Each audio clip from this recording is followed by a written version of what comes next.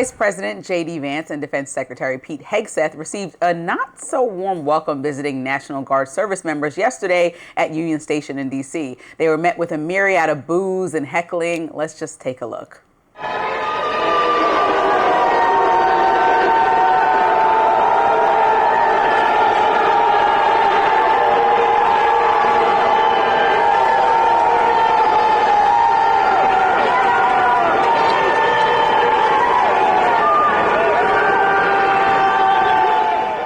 Wow. Vance was also asked if the administration will extend the National Guard's deployment in Washington, D.C. past the current 30 days and if he thinks Congress will cooperate. Let's hear his response.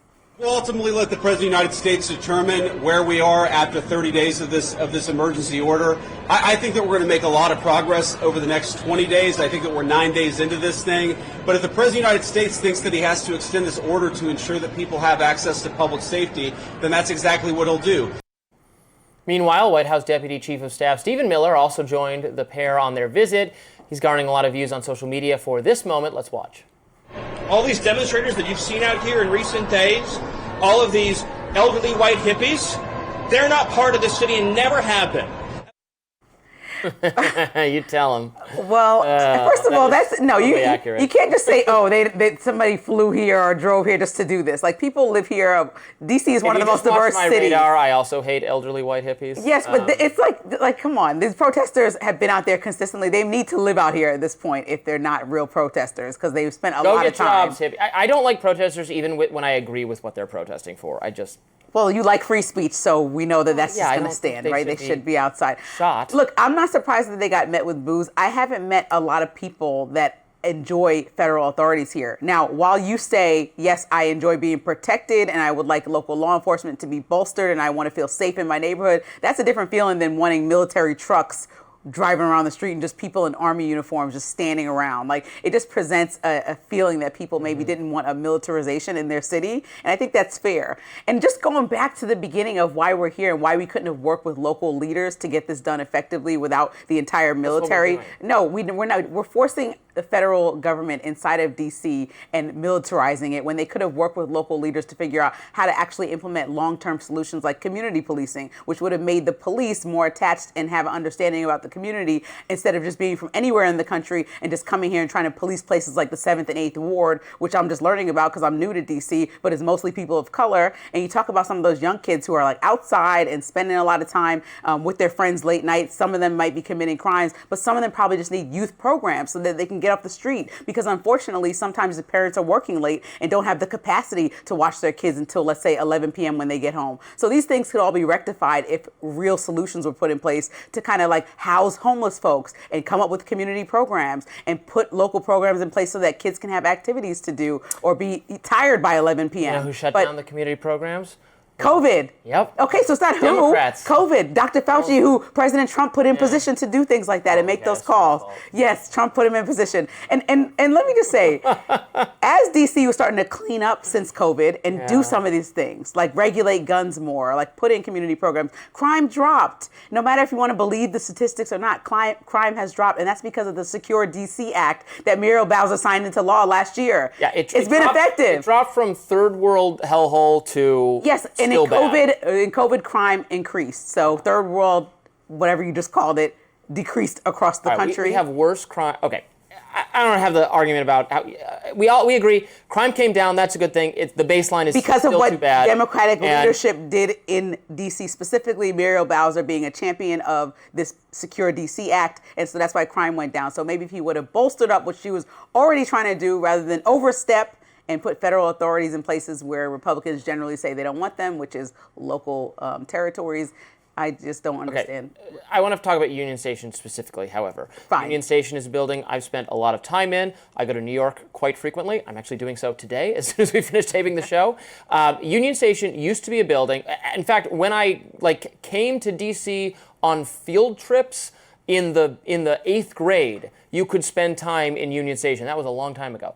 Union Station, beautiful building. It's not like, New York's new train hall, Moynihan Hall is pretty nice, but the existing one is like the most depressing, disgusting underground complex ever. Union Station's is beautiful, Greco-Roman architecture, had all these nice shops, really nice building. that was ruined, was overtaken by criminal, insane, homeless people. Seriously, this happened. All the in shops, one. The people are criminal, homeless, and insane. They're all a variety of all the same. Okay.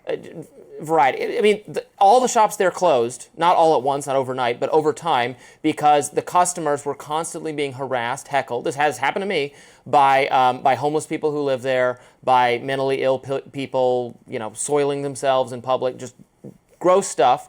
And then a tent city formed during COVID on the front lawn. This is all the This is responsibility of the Parks Department that is supposed to run that land. It is the federal government is supposed to administer it. Okay. So I don't want fascism. I don't love the idea of just police being everywhere. I don't want to show papers. I don't think police being stationed everywhere is a long-term solution for things like the metro, for instance. A lot of the time we see videos now that the police are just standing around on the metro. It doesn't seem like good use of their time, frankly.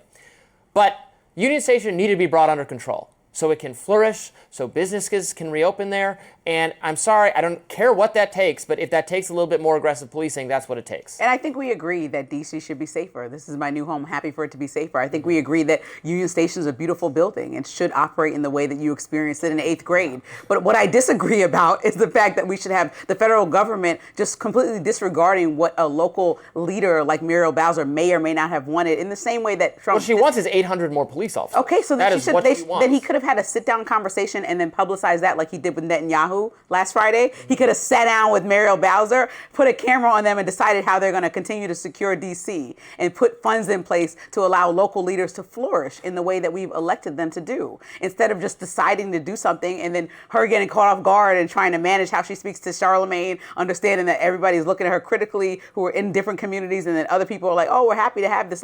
It's chaos. It didn't need to be this way. It could have been something situated and solved. And I know that D.C. wants to bring crime down, but also on the list of priorities of how crazy and hectic and crime-ridden cities are across America, D.C. is not even on the top 10. So it's just kind of like, okay, it's not on the top 10. My point is that we could have started anywhere if we really try to crack down on crime and be the true Republican Party of Reagan. In a city You're starting that has with D.C. more federal as an involvement. antagonist because of the issue that happened to the Doge employee, which I'm very sad and sorry about. Obviously, it's a terrible thing that happened, but it does not mean that federal enforcement need to come in and sweep the city. That's one thing does not connect to the other. A Doge employee gets hurt, and so now we need to send troops in. It's just this overreaction for something that could be handled properly with long conversations and long term, honestly, with working with Muriel Bowser, as opposed to a 30-day solution that Congress may or may not continue to agree upon if it should go forward. Well, I don't know if it should go forward or not. I don't love everything the police are doing here, certainly. Sometimes it feels like a stunt, what neighborhoods they're in. Well, we need more homicide cases being solved, but their presence is going to deter crime, the kind of crime we've been experiencing for the last couple of weeks of these gangs of teenagers I keep referring to, which they're out there. They need to be sent home or sent to community programs. Fine, great. Give me some community programs. Thank you. I would love community programs. I would love mental health and addiction treatment. I would love all these things. I would love, more space to open up in homeless shelters so that we can not just push people to Virginia and Maryland. Many long-term solutions. But you got to actually keep them in homeless shelters. The problem is they leave the homeless. But right now we're just taking a broom and pushing them to the next closest state. We don't have time to get into how much money we spend on providing housing for the homeless in D.C. If it was a lack of money, I don't think anyone could possibly look at the amount of money and say it was a lack of money, but we'll have to debate that at a later junction. Right now, a new report is saying that Elon Musk's political plans might be changing again. Is this good news for the Republican Party?